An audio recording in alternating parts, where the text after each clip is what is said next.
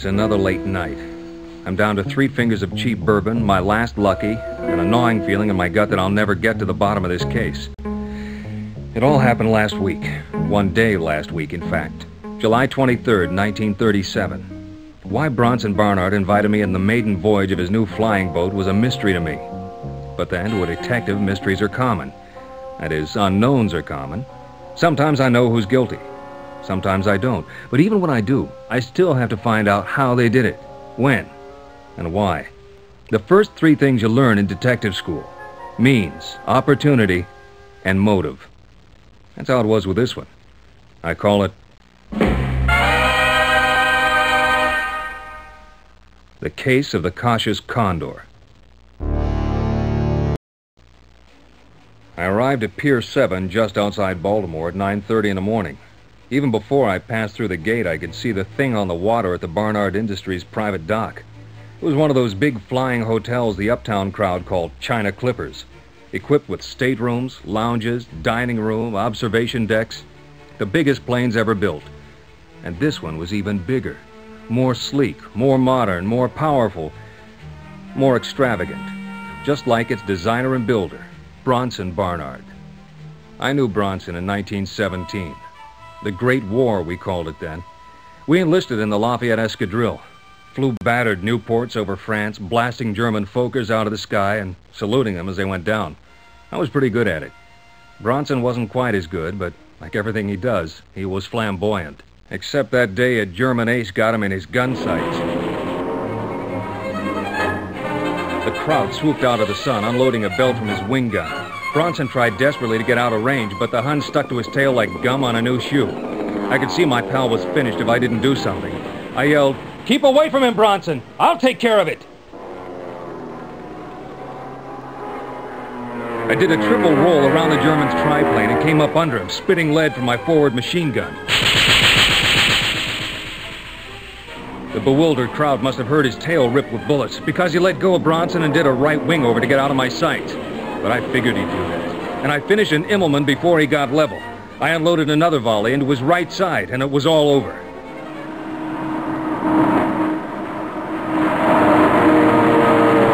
The Fokker went down, splintering into kindling on some French farmyard.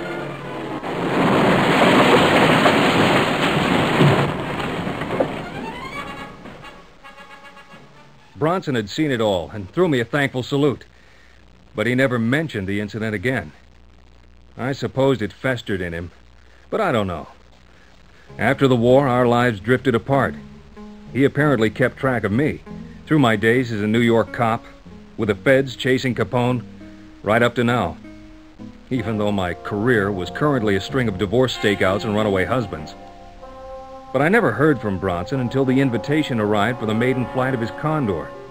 He must have known that I, like the other guests I found on board, couldn't resist a decadently luxurious free trip to Europe on the most advanced piece of aeronautical hardware yet devised. Besides, I hadn't been to Lisbon lately. After the 11 other guests were seated in the comfortable reclining seats in the main lounge, the Condor began its takeoff.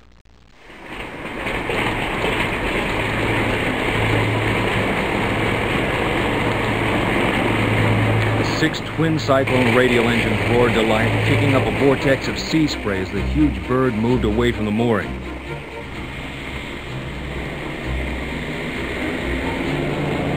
It lumbered across the bay, trailing a broad wake. Then the pitch of the engines rose, and the Condor leaped ahead, gaining momentum. Straining to lift its broad keel out of the water, the flying boat finally rose gracefully into the evening sky above Chesapeake Bay. And as the steward passed the finest champagne around to all the passengers, our host, Bronson Barnard, welcomed us all aboard. Thank you all. This magnificent aircraft, which I call the Condor, will be cruising at 190 miles an hour. We will make the flight across the Atlantic in less than 24 hours.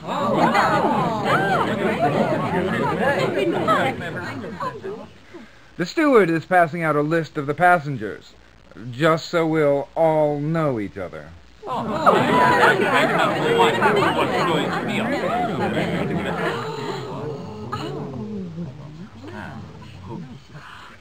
Yes, some of you know each other, and others know of each other. In fact, all of you are connected, shall we say involved with each other? But Bronson, why? That, my old acquaintance, is my secret. But I promise you this. By the time we reach Lisbon, you and I will know everything. So, until we reach Portugal, salute.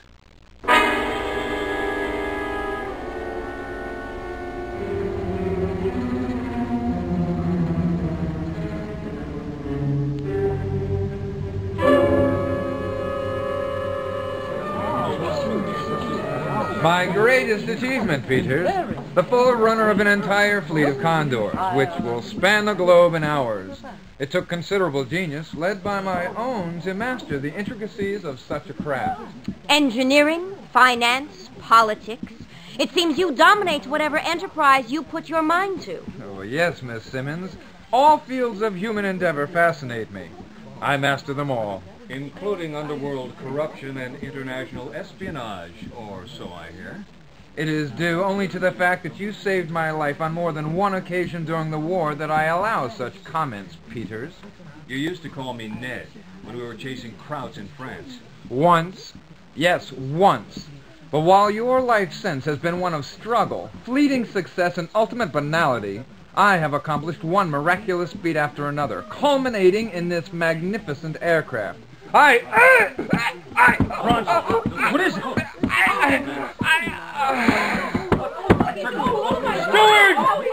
Yes, sir. Oh, what's happened? Mr. Barnard is ill. Help me get him to his stateroom.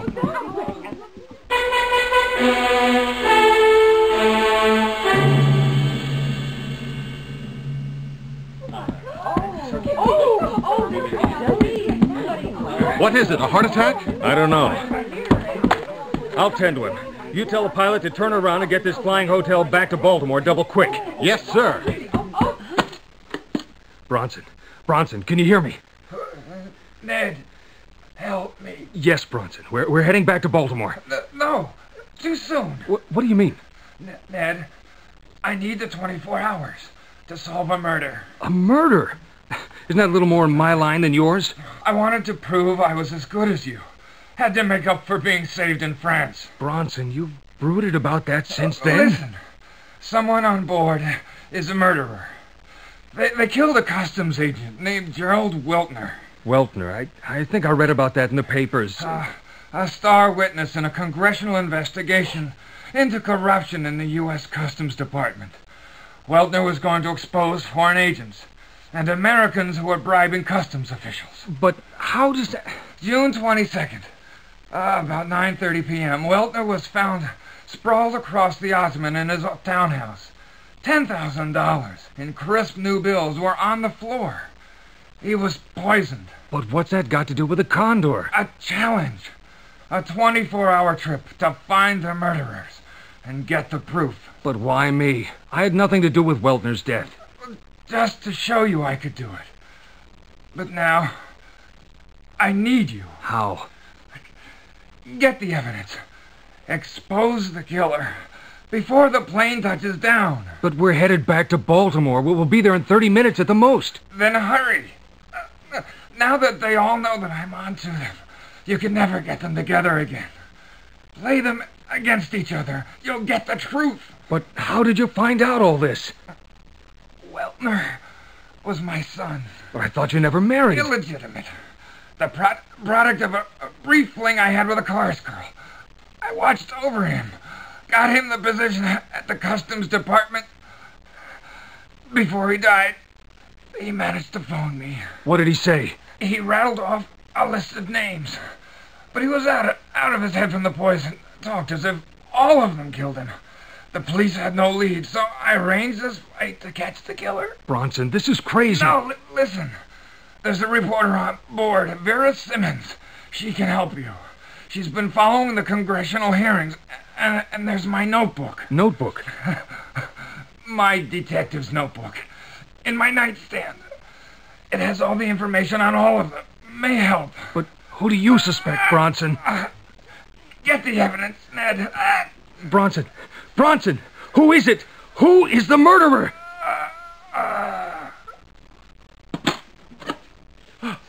Is he dead? No, he's still breathing, but he's no good for the rest of the flight. What do we do, sir? You tell the captain to get this bucket back to Baltimore as fast as he can. As for me, I've got 30 minutes to find a murderer.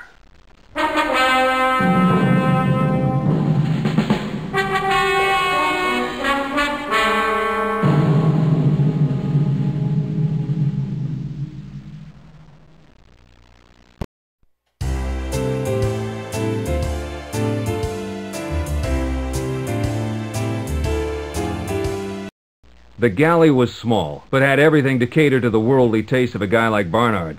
I also noticed several storage cabinets and closets that seemed to have everything necessary for the smooth operation of a class act like the Condor.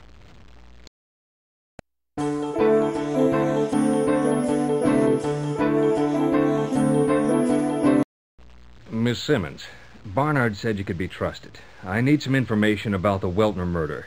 What did the... Who do you think I am, the local librarian? Dig up your own story, Peters. I'm working. Well, pardon me for breathing, sister. Look, I think we're both on the same side. You want to print the truth about Weltner, and I want to nail the murderer. If we can help each other, why not? Oh, sort of you show me yours and I'll show you mine, huh, Peters? Look, I just need some basic information. In return, I've got some juicy stuff that you can't get anywhere else. Something that'll have your readers jumping out of their skins about. So what do you say?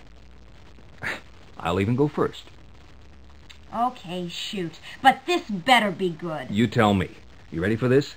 Weltner was Barnard's illegitimate son. He never said anything about it, but the old man always looked out for the kid while he was growing up. Barnard pulled some strings and got Weltner the job in the customs department. Weltner was mixed up in this bribery business, and he was killed for his trouble. Barnard set up this whole excursion because he thinks the killer is on board. Now, because of his condition, he asked me to do what I could before the plane lands. And there you are. You expect me to buy that? I mean, do I have sucker written on my face or what? Suit yourself. But you know as well as I do, a bright reporter could corroborate that story. And you gotta admit, it's just a little too wild for me to make up. You have a point there, Peters. Okay, what do you need to know? Just how was the body found? And I mean the details the police have. The police got an anonymous call about 9:30 p.m. A man telling them a murder was in progress. When they arrived, Weltner was already a cold fish, sprawled over an ottoman with $10,000 in new bills at his feet. I mean, they still had the bank wrappers on them. Federal Trust Bank of Durham, North Carolina. A glass of sherry was on the mantel. The residue in the bottom tested positive for mercuric chloride, enough to kill 3 men. There had been some sort of scuffle. A desk lamp was smashed and the papers from the desk were scattered on the floor. The telephone was off the hook and the receiver was near the body. The coroner said death occurred at about 9:45, but the poison could have been given up to 6 hours earlier. So anybody who was there from 3:45 on is a suspect. No witnesses have come forward, and that's about where the case stands. Any help? I'll let you know. Keep that story I told you under your hat till after we land, okay? Yeah. But if you crack this case, I get an exclusive on the story, okay? You got it, doll.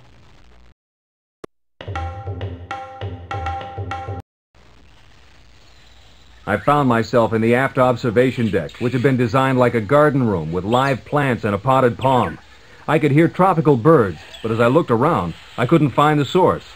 No doubt one of Barnard's gadgets again.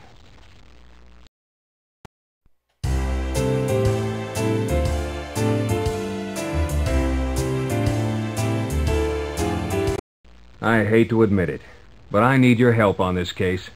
I couldn't be everywhere on that short trip, so I must have missed some clues. Use the screen pointer to select a room for me to go to, and we'll see what happens there.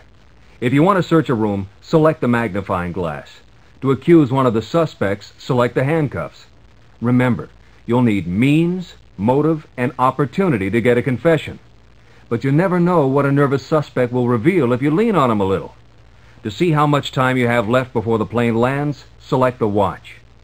Select any of the suspect's pictures, and I'll show you Barnard's notebook.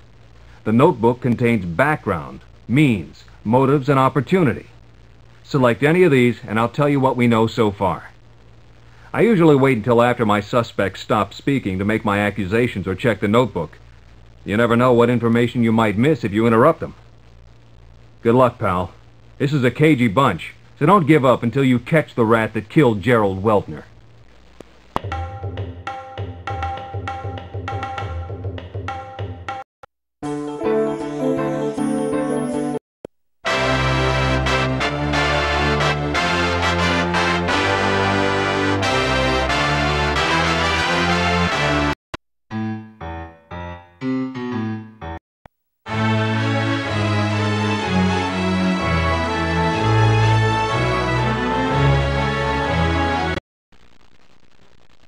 Lady Waddington, I'd have thought you'd be with the rest of the guests. There's quite a party going on in the forward lounge. Mr. Peters, I am most disturbed about the circumstances of this voyage.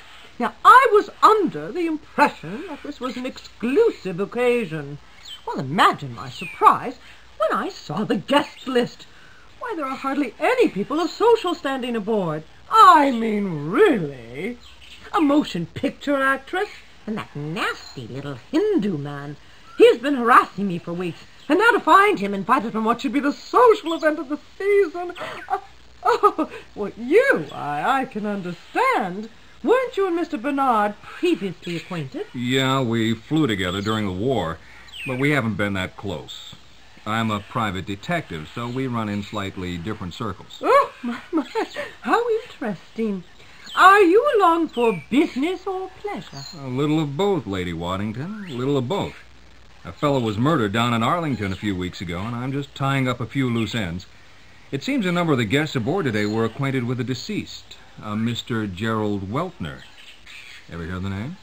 No, I don't believe I have. But then sort of things like murder never happened in polite society. However, that vulgar Russian woman seems capable of almost anything, if you ask me.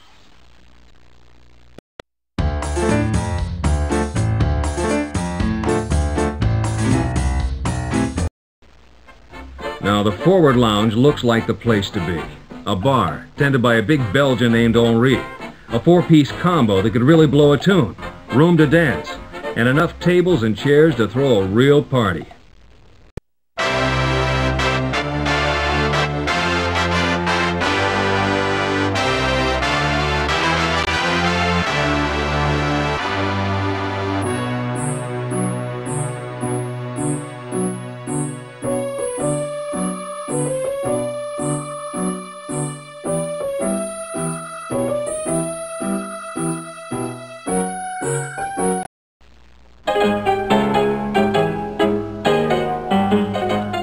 Senor Cabron, I think they are playing your song. Shall we? Con gusto, Marushka. You read my mind, my lady. Shall we go?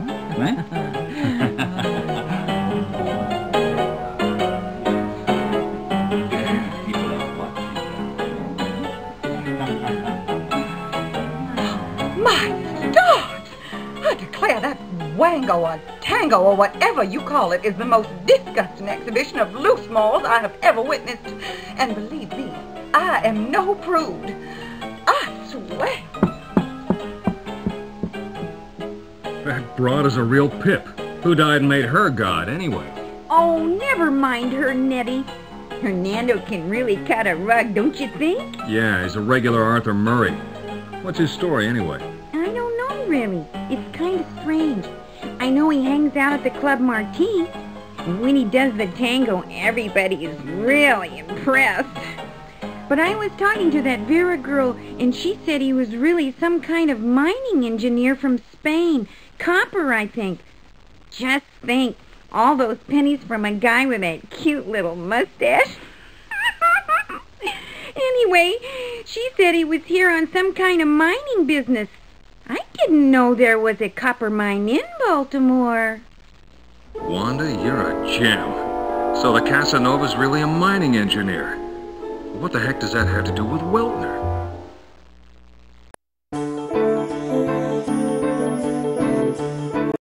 The forward observation deck was a large cabin with high-backed recliners facing windows that gave a great view out the front of the plane.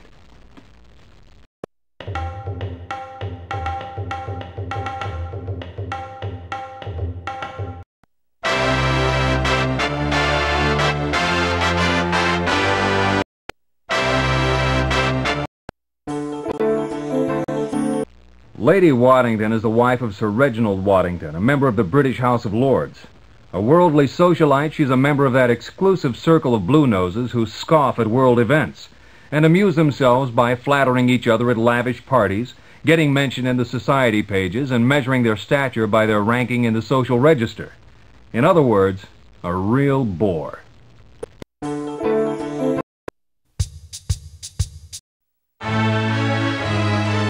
Francois Leclerc is a wealthy French wine baron, having acquired some of the finest Bordeaux vineyards in all of France.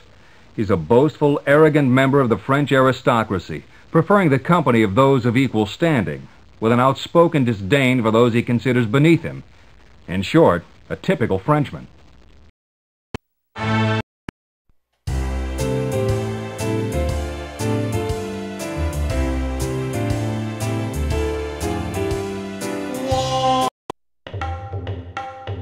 Hyacinthia Dunn is a Southern belle who happens to own a large and prosperous tobacco plantation.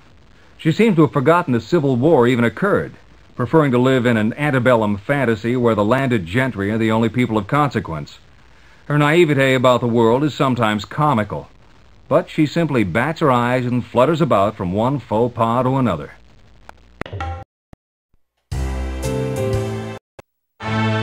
Hermann Schnorrer is one of those Aryan authoritarians who seem to have a permanent sneer on his face. He also owns one of the largest munitions plants in Germany, and makes no bones about his backing of Der Fuhrer and the Nazi Party.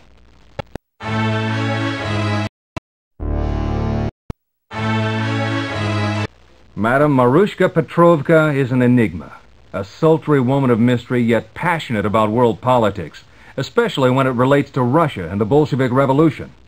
World-traveled, she seems to be a woman of independent means, outspoken, with a talent for intimidating the arrogant and self-important who cross her path.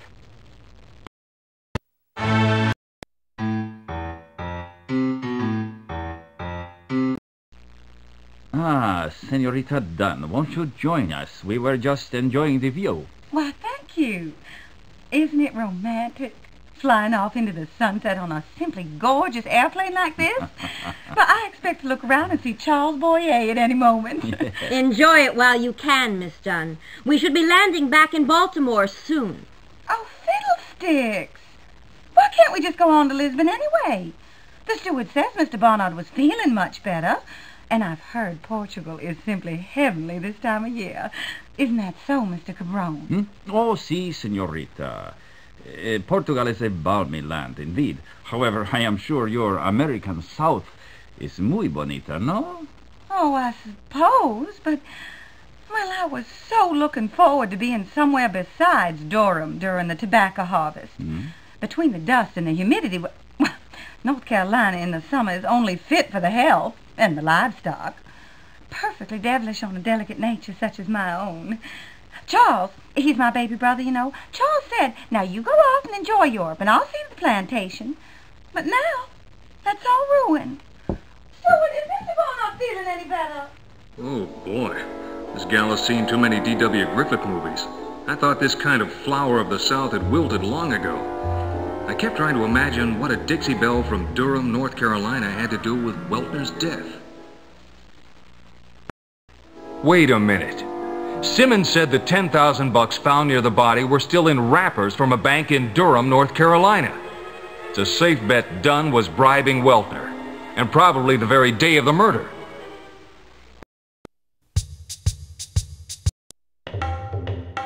Jagdish Mehta is a graduate student at Georgetown University.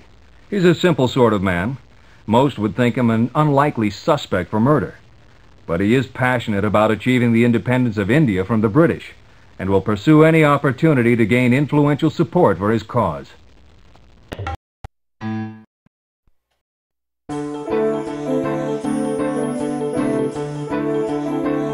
Miss Dunn, it was you who killed Gerald Weltner. You can't hide behind that innocent Southern belle facade any longer. I've got the goods on you, and now you'll pay for your crime. Whatever are you talking about, Mr. Peters? I have never even spoken to the man. Oh, no? Then how do you explain $10,000 in new bills from the Federal Trust Bank of Durham, North Carolina, found near the body? Listen, doll, when you're bribing somebody, you really ought to be more discreet. Now, you stop this nonsense. You are embarrassing me. I must talk to you. Alone.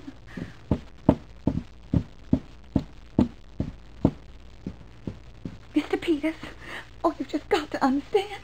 That's not the way it was, not at all. Please, please believe me, I didn't kill him. He was alive when I left. Tell it to the judge, sweetheart. You'll have plenty of time. No. I didn't do it. I admit I was bribing Mr. Weltner to keep those damnable cheap foreign cigarettes off the market. It was my brother's idea, really.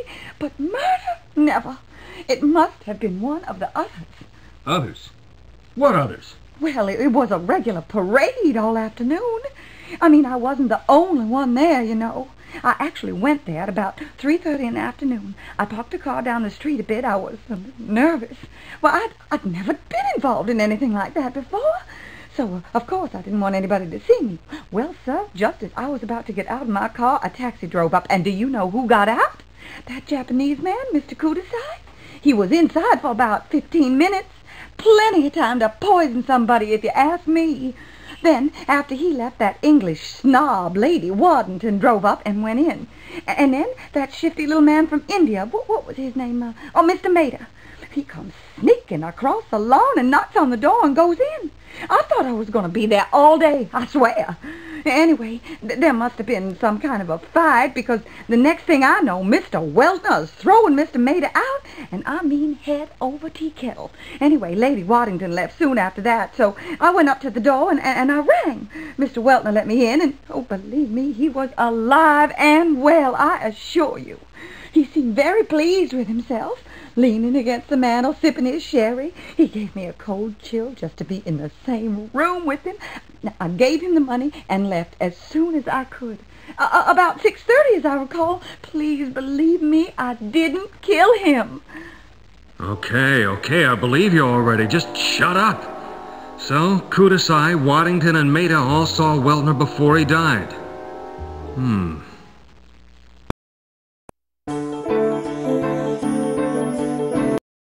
In the dining salon, my eye was instantly drawn to a backlit Tiffany stained glass rendering of the Barnard Industries logo. A defiant winged victory bursting out of a storm cloud, clutching a lightning bolt in one hand and a great hammer in the other.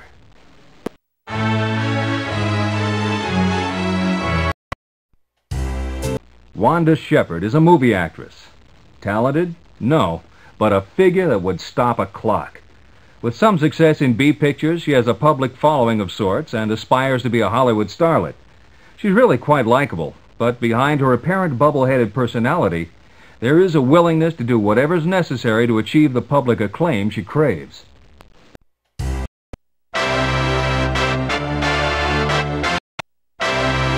Prince Mohammed Aziz Farouk is the Crown Prince of Egypt. Although since his cousin, King Farouk, is only 17 years old, there's not much chance he'll ever shine his pants on the royal throne. He's in America to attend Georgetown University, but he's more devoted to the less demanding studies offered in the Washington, D.C. and Baltimore nightclubs. He's currently the escort of Wanda Shepard, and a rather jealous one at that. He has somewhat of a temper and is given to invoking Islamic curses at the drop of a fez.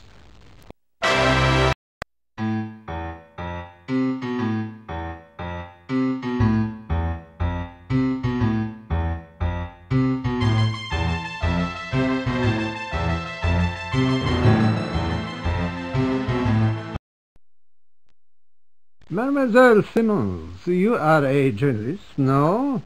What of the civil war in Spain? Will the loyalists prevail? If Russia backs the loyalists, the fascists will have a more difficult time. But the prospects for survival of the Republic are in doubt. Ah, Leclerc, you pig! There is no doubt about it. General Franco will plow through the pitiful loyalist dogs like an ox through new oats. Perhaps not, Madame Petrovka. Your own countrymen will soon send the guns and money that will save the Republic. Bolshevik swine. They are raping Mother Russia and will soon be driven out. Mr. Leclerc, there are forces moving in the world that will wipe away the Bolsheviks and replace their anarchy with a new order. So you see, the trifles they can offer the Spanish loyalists cannot turn back the fascist tide. Why, even as we speak, a great hero of the fascist cause, known only as the Mongoose, is smuggling arms from America to General Franco. Ha! Even America unwittingly assists the fascists. The Republic is dead when the American arms arrive. Madam Patroka, you are mad. Mongoose indeed. Franco will wither on his fascist van like a raisin. Mark my words.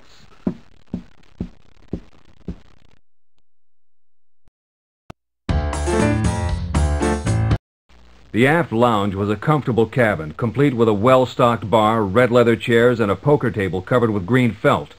I noticed the latest electric gramophone in the corner. Barnard always had to have the latest inventions.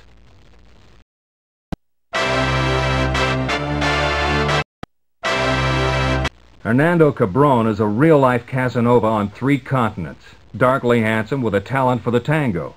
His romantic conquests are usually fleeting, and he always leaves them broken-hearted, disappearing for months at a time before reappearing to pursue yet another unsuspecting ingenue. He lives life in the fast track, but has no known background to support his high-profile image as a romantic idol.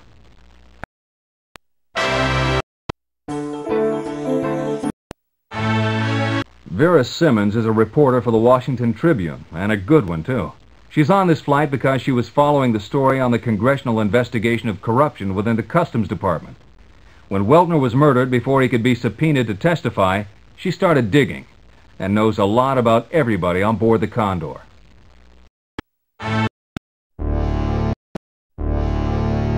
Okonjo Kudasai is a world-renowned dealer in Oriental art and relics of ancient civilizations.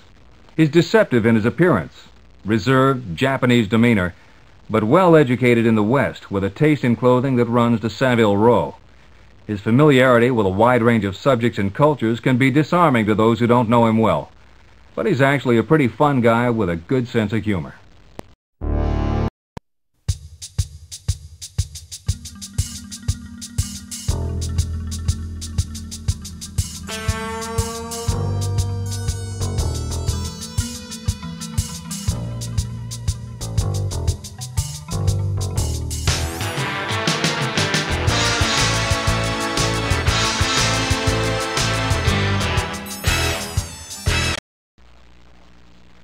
Peter-san, do you mind if I put some music on the Victrola?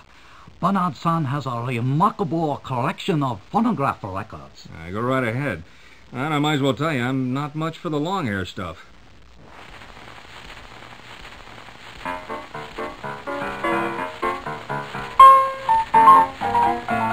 I think you will agree that Laura is one of the 20th century's most talented composers. I gotta say, Kudasai, you have pretty good taste in tunes. What gives? It is simple, Peter-san. I am fortunate that my business allows me to sample the many cultures of the world and enjoy the best of each.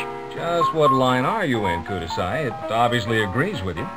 I am a dealer in antiquities, art, jewelry, relics of past civilizations. I am also retained by museums around the world to authenticate their collections and ensure that new acquisitions are what they purport to be. Sounds like a tough proposition. I've heard some art forgeries are nearly perfect. I must admit, all my skill is not intuitive, Peter-san. Science has evolved to the point that chemical indicators, primarily mercury chloride, can detect modern materials used in forgeries. Huh. Well, what will the boys in the lab think of next? Is this stuff new or something? Oh, no. To the contrary.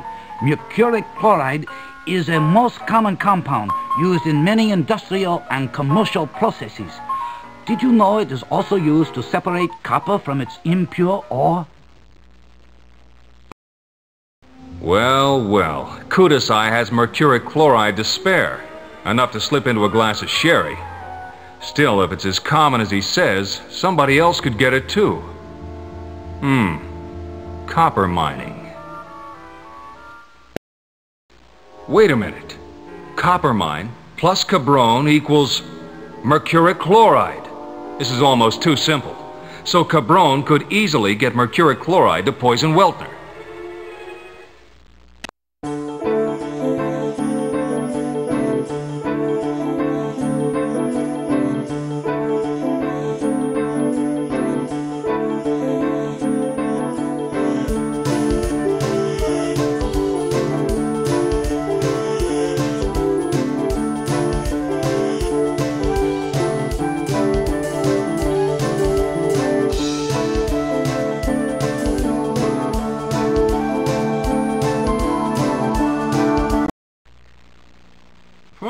Petrovka, I must compliment your mastery of the tango you demonstrated with Herr Cabron. I had no idea you were such an accomplished dancer. Thank you, Mr. Schnorrer. But you see, tango is old Russian folk dance I learned as a child. If I may be so bold, Madame Petrovka, a woman of your dignity should not be seen associating with a person of ill repute, such as Hernando Cabron. Prince Farouk, I am flattered by your concern, but what reason do you have for such a low opinion of Mr. Cabron? Surely a man born of royalty does not envy hot blood of mere tango dancer. I have seen the shameful regard he has for a woman's honor. Why, for weeks now he has been wooing Lady Waddington in public at the Club Marti, preying on a matron's insecurities with empty flattery and sly propositions. You could see it in her eyes. He had a Svengali-like influence over her. This evening, however, he will hardly speak to her. Now that he has used her for his own wicked ends, I say he is nothing but a common gigolo. Prince Farouk, to translate old Russian proverb, methinks thou dost protest too much. Where is Miss Shepherd now, anyway? Never mind. I like man with such spirit. Perhaps you would like to escort me to observation deck for the landing, da? So the British Blue Nose had a torch for the tango dancer. I can't blame the poor broad, really. To an over-the-hill society dame, even a schmuck like Cabron must look pretty romantic, next to a stuffed shirt like Sir Reginald. Lady Waddington had the hots for Cabron. Cabron worked in the copper mining industry. Mercuric chloride is used to process copper ore. That's the ticket. She could have gotten the mercuric chloride from him. And all she needs is a chance to slip it in Weltner's sherry, and the deed is done.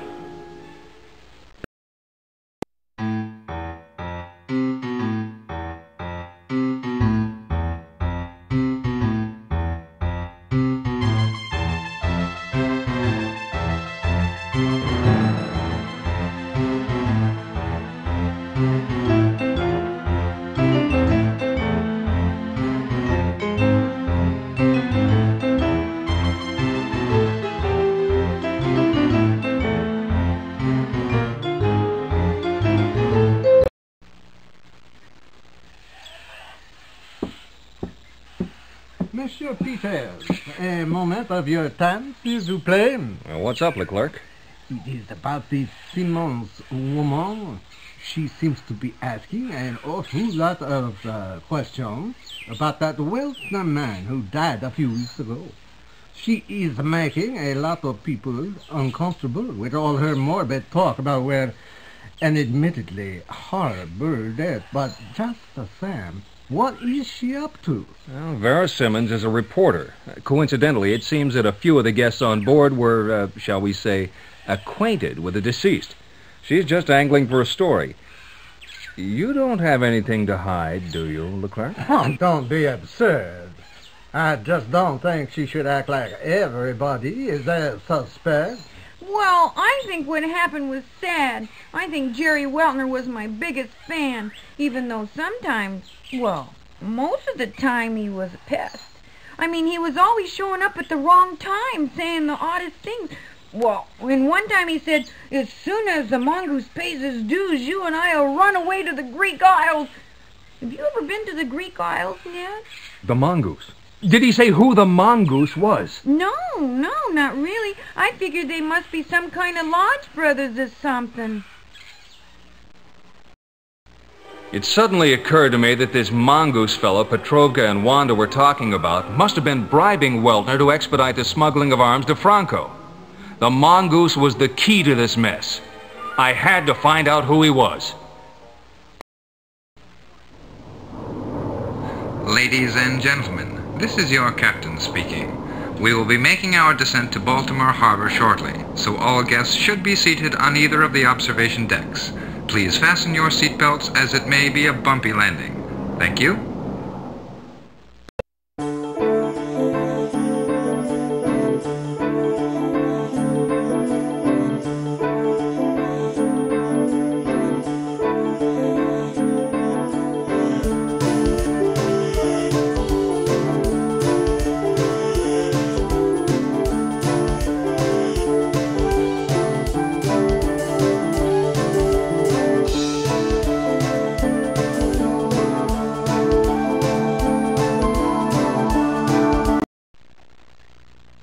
Farouk, I know you travel in exclusive circles and have made the acquaintance of many influential people.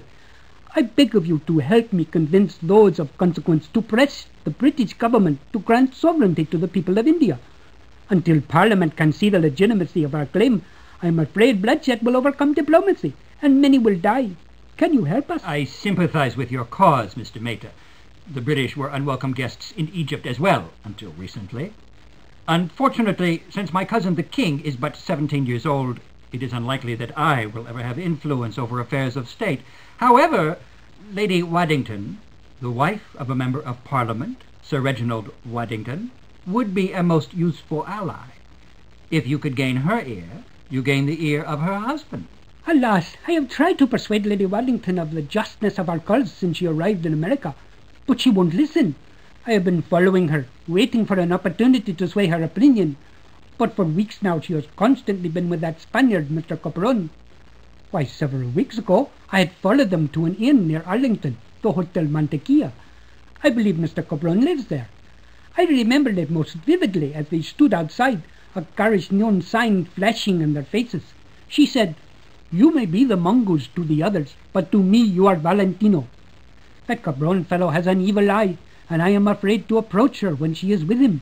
Most regrettable circumstances, I agree, Mr. Mehta. I will consider what you have told me. If there is a way I can help, I will let you know. Oh, thank you, Sahib. 1,000 thanks.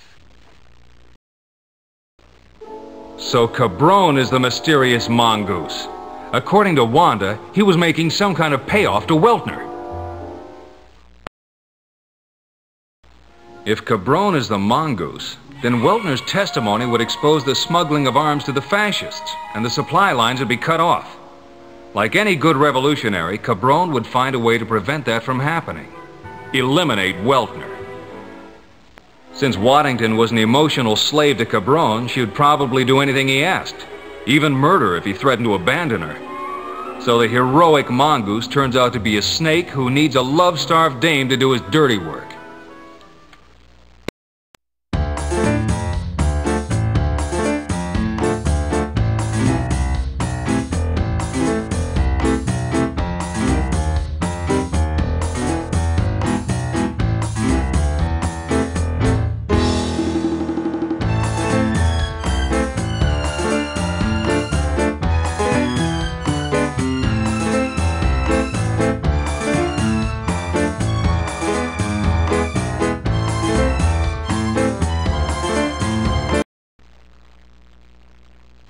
Cabron, you wild stallion. If it wasn't for this seat belt, I would leap into your arms. Oh, Marushka, my volcano of passion. What is your pleasure tonight? Dancing till dawn, or a mad drive to Atlantic City in the Bugatti, eh? They are quite a pair, aren't they, Peterson? I shall have to invite them to my next art exhibition. They certainly have a way of livening up a party. I think they do it more to show off than for anything else, Kudasai. Perhaps. Like the peacock who craves attention.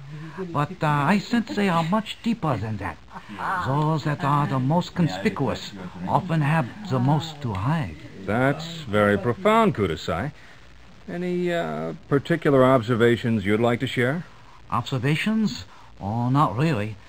It's just an old proverb that make me seem inscrutable.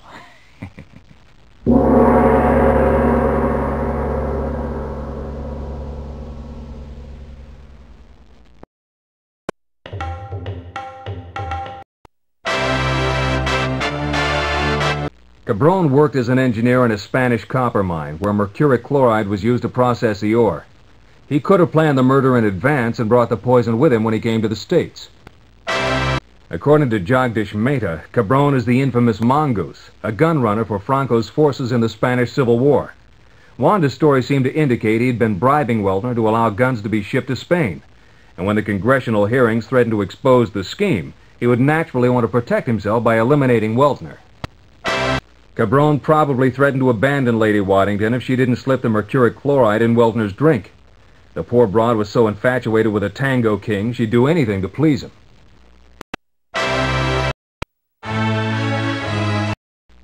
It's all over, Cabron. You killed Gerald Weltner, and I'm going to see that you fry for it. You are loco, Peters. I was with Madame Petrovka the evening that he was killed. Just how did I commit this crime? It was you who actually poisoned the poor sap, wasn't it, Lady Waddington? No! I didn't know it would kill him. Hernando, you said it was just a drug that would give him amnesia. You said it wouldn't kill him. Shut up, Vieja. He knows nothing. Senor Peters, you will regret this. You are just guessing. Why would I want to kill Weltner? Why, I didn't even know him. Perhaps the mongoose did, cabron. The mongoose was bribing Weltner to smuggle arms to the fascists in Spain. When it looked like that supply line would be exposed, the mongoose had Weltner eliminated. The mongoose. Or should I say Hernando Cabron.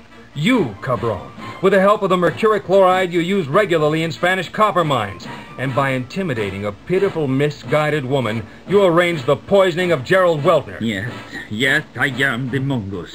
And I forced Senora Waddington to kill Weltner, but my cause is just. Viva Franco! Viva Machismo!